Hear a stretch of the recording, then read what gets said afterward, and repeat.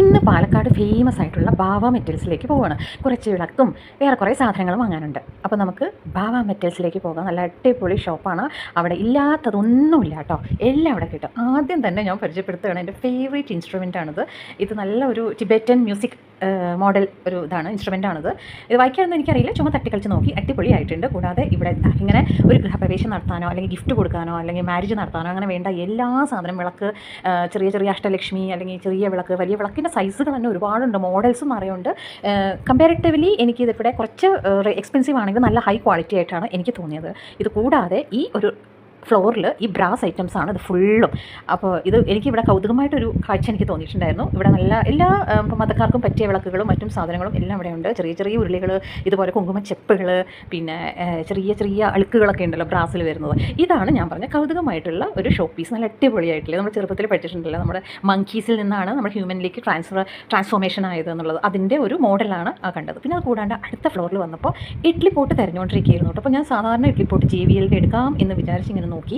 അപ്പോൾ അതിങ്ങനെ തുറന്ന് നോക്കിയപ്പോൾ നമ്മുടെ സാധാരണ ടൈപ്പ് ഉണ്ടല്ലോ, ജസ്റ്റ് കുറച്ച് ഇടിയപ്പം വെക്കാം, പിന്നെ ഇഡ്ലി വെക്കാം, ഒരു 12 തൊട്ട് 15 ഇഡ്ലി വരെയൊക്കെ പറ്റുന്ന തരത്തിൽ. പിന്നെ ഇടിയപ്പം ജസ്റ്റ് ഒരു സ്റ്റീമർ മാതിരി, അത്രയേ ഉള്ളൂ കേട്ടോ ഇതിനകത്ത്. ഇപ്പോൾ 4ഉം 5 ഒരു 3ഉം ഇത്രേ വരുന്നുള്ളൂ ഇതിനകത്ത്. 4 8 പിന്നെ 12.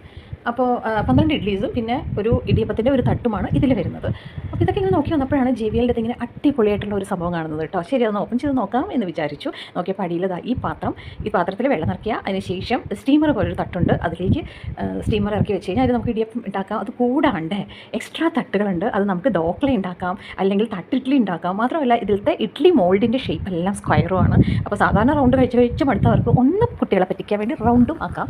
അപ്പോൾ ഞാൻ വിചാരിച്ചു അത് തന്നെ എടുക്കാമെന്ന്. മാത്രമല്ല ആ ഇഡ്ലി തട്ട് അതിൽ നിന്ന് പുറത്തേക്ക് എടുക്കണമെങ്കിൽ അതിനകത്തൊരു പച്ച കളറിലൊരു ക്ലിപ്പ് കണ്ടോ, ആ ക്ലിപ്പ് കൊണ്ട് നല്ല ചൂടായിരിക്കുന്ന ഇഡ്ലി പാത്രത്തിൽ നിന്നും ഈ ഒരു സ്റ്റാൻഡിനെ പുറത്തേക്ക് എടുക്കാനുള്ള ക്ലിപ്പ് അതിൻ്റെ ഒപ്പം തന്നെ കിട്ടുന്നുണ്ട്.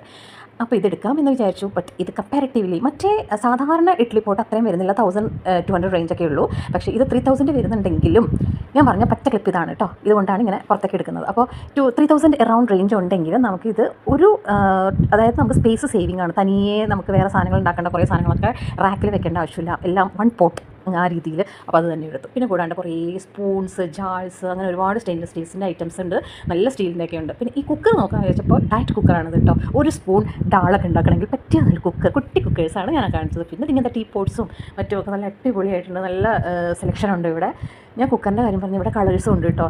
ഒരു സ്പൂൺ ഡാളൊക്കെ ആണെങ്കിൽ ഇതിലുണ്ടാക്കാം. പിന്നെ mugs, tea cups, coffee cups, അങ്ങനെയുള്ള ഒരുപാട് സാധനങ്ങളും ഈ ഒരു ഭാവ മെറ്റീരിയൽസിലുണ്ട്. പുട്ടുക്കുടമാണെങ്കിലും പുട്ടുകുറ്റി, ഇതെല്ലാം നല്ല അടിപൊളിയായിട്ട് ഇഷ്ടംപോലെ വെറൈറ്റീസിലും പല പല ബ്രാൻഡ്സിലും ഒക്കെ ഉണ്ട്. ടീ കപ്സാണ് ഈ സെക്ഷൻ ഫുള്ളും അടിപൊളിയായിട്ടുണ്ട്. ഇത് മാത്രമല്ല, പിന്നെ നമുക്ക് 5 പെട്ടി, അതായത് നമ്മുടെ സ്പൈസസ് ബോക്സ്, അങ്ങനെ ഇത് അലൂമിനിയത്തിൻ്റെ പണ്ടത്തെ ട്രഡീഷണൽ മോഡലിലുള്ളതൊക്കെയാണ്. ഇഡ്ലി പോട്ടാണ് ഇപ്പോൾ ഞാൻ ഈ കാണിച്ചത്. അപ്പോൾ ഇവർക്ക് ഒരു 3 ഫ്ലോർ ഉണ്ട്, ഓരോ ഫ്ലോർസിലും ഓരോ തരത്തിലാണ്. അപ്പോൾ ഞാനിത് വാങ്ങി. അപ്പോൾ ഇതിനകത്ത് എന്തൊക്കെയാണ് ഐറ്റംസ് എന്നുള്ളത്, ഞാൻ എന്തൊക്കെ ചെയ്യാമെന്നുള്ളത് കാണിച്ചു തരാം. അതിന് ശേഷം നമുക്ക് പഴംപൊരി മുഖ്യം. നാട്ടിൽ വന്നു കഴിഞ്ഞാൽ പഴംപൊരി കഴിക്കണ്ടേ, നേരെ പോയത് മുരളീസ് കഫേയിലാണ്. പഴംപൊരി, പിന്നെ നൂൽപുട്ട്, ചട്നി, സാമ്പാർ, വാഴയ്ക്ക ബജ്ജി, ഇതെല്ലാം കഴിച്ച് കഴിഞ്ഞാൽ പിന്നെ നമുക്ക് മുഖ്യം എന്താ, മസാല ദോശയല്ല, കോഫി മുഖ്യം. എനിക്ക് കോഫി ഇല്ലാതെ പറ്റില്ല. മുരളീസ് കഫേയിലെ കോഫീനേക്കാളും ടേസ്റ്റ് അവിടുത്തെ ചായ കേട്ടോ. കോഫി ഓക്കെ ഉണ്ട്, ജസ്റ്റ് ഫിൽറ്റർ കോഫി, ബട്ട് ചായ ഭയങ്കര ടേസ്റ്റായിരുന്നു. അപ്പോൾ ഇതൊക്കെയാണ് ഇന്നത്തെ ദിവസത്തെ വിശേഷങ്ങൾ. ഇന്ന് ഭാവസ് നെറ്റിലും പിന്നെ മുരളി കഫേയൊക്കെയാണ് ഞാൻ കാണിച്ചത്. അപ്പോൾ ഇതൊക്കെയാണ് വിശേഷങ്ങൾ. അപ്പോൾ ഞാൻ ഇത് കൽപ്പാത്തിയിലാണ് ഈ വരുന്നത്, ഈ മുരളി കഫേ. കൽപ്പാത്തി ഗ്രാമത്തിലേക്ക് വന്നു കഴിഞ്ഞാൽ മുരളി കഫേ സന്ദർശിക്കാതെ മടങ്ങരുത് എന്നാണ് എൻ്റെ ഒരു അഭിപ്രായം. പിന്നെ ഇതാണ് നമ്മുടെ കൽപ്പാത്തി ഗ്രാമം.